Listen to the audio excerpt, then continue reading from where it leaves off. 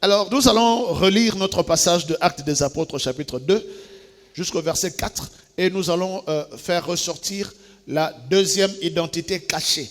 Alors, essayez un peu d'imaginer, ce jour-là, ils étaient ensemble, les disciples étaient ensemble, et tout à coup, il y a un bruit qui commence, et la Bible déclare, ce bruit était semblable au bruit d'un vent.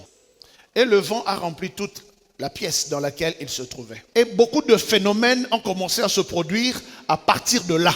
Ainsi, le Saint-Esprit est venu créer l'atmosphère pour commencer à se manifester. Le Saint-Esprit, la deuxième identité cachée, il est l'atmosphère divine. Là où est l'Esprit de Dieu, là est l'atmosphère divine. Le Saint-Esprit agit dans son atmosphère. Et quand il installe l'atmosphère, c'est qu'il est sur le point de créer quelque chose ou d'opérer dans une dimension bien précise. En fait, l'atmosphère, c'est l'ambiance, c'est l'environnement. L'environnement tant physique que spirituel. Le jour de la Pentecôte, ils étaient tous ensemble réunis dans la chambre haute et tout à coup, il y eut l'atmosphère. L'atmosphère a complètement changé dans la pièce dans laquelle les disciples se trouvaient. La Bible dit que c'était comme un vent impétueux. C'était pas un vent, mais c'était comme un vent impétueux. Tout simplement parce que c'était spirituel, mais dans la spiritualité, ça commençait à impacter le physique. Il remplit toute la maison où ils étaient réunis. À cause de cette atmosphère, le feu est allumé. On n'a pas allumé les bougies, le feu est allumé. Quand l'atmosphère arrive, même quand l'homme n'agit pas, le Saint-Esprit agit. Il peut faire au-delà de ce que l'homme peut faire. Moi, je préfère qu'il allume sa lumière dans mes ténèbres. Des langues semblables à des langues de feu arrivèrent et se posèrent sur chacun d'entre eux. Parce que dans l'atmosphère de Dieu, chacun a sa part. Ta langue de feu n'est pas ma langue de feu. Mais quand même, nous avons tous des langues de feu. C'est la raison pour laquelle l'atmosphère divine est particulière. Et la gloire de Dieu est particulière. Nous avons tous un même Dieu, mais tous nous n'avons pas la même gloire de Dieu. Apprends à t'introduire et à te mettre dans l'atmosphère du Saint-Esprit. De fois, tu n'as rien à demander. Dans cette atmosphère, sa souveraineté commence à te donner tout ce dont tu as besoin. Je me suis rendu compte que si Dieu veut créer quelque chose, il commence d'abord par créer son atmosphère. Il savait qu'il allait créer l'estomac. Mais si je crée l'estomac et il n'y a pas l'atmosphère propice pour nourrir l'estomac, comment l'être va survivre? Ainsi, Dieu crée la solution et la met là et puis il permet le problème. Parce que l'estomac, c'est un problème. Quand il va commencer à réclamer, il va falloir que la nourriture soit déjà là. Dieu a permis ce qu'il a permis dans ta vie. Parce qu'il a déjà posé la solution quelque part. C'est pourquoi le problème arrive.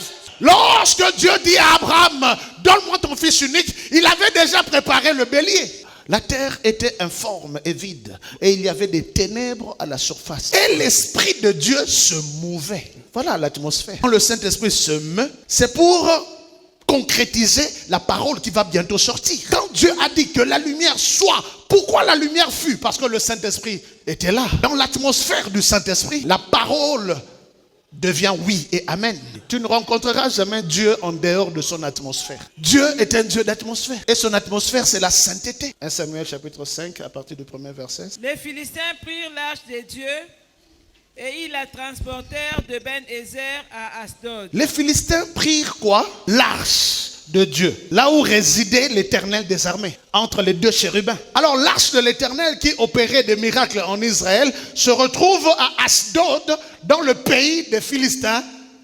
Atmosphère hostile. Verset 2.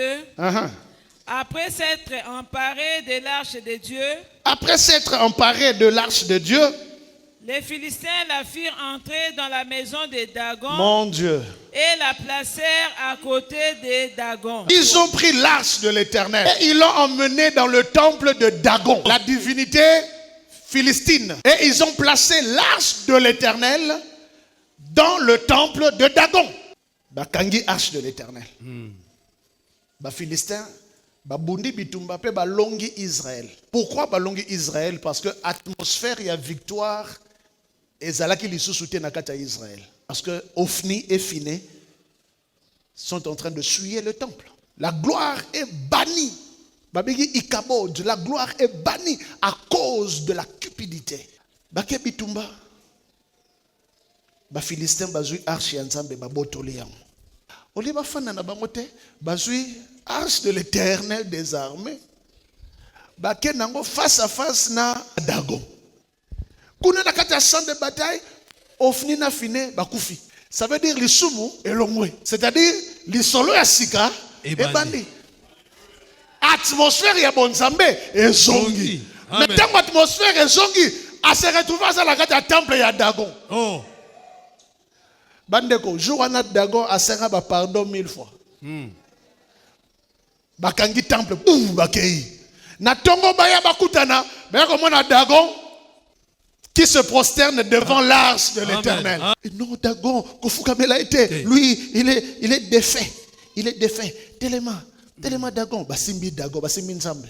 Mais Dagon sera zagina munoko koloba bandeko.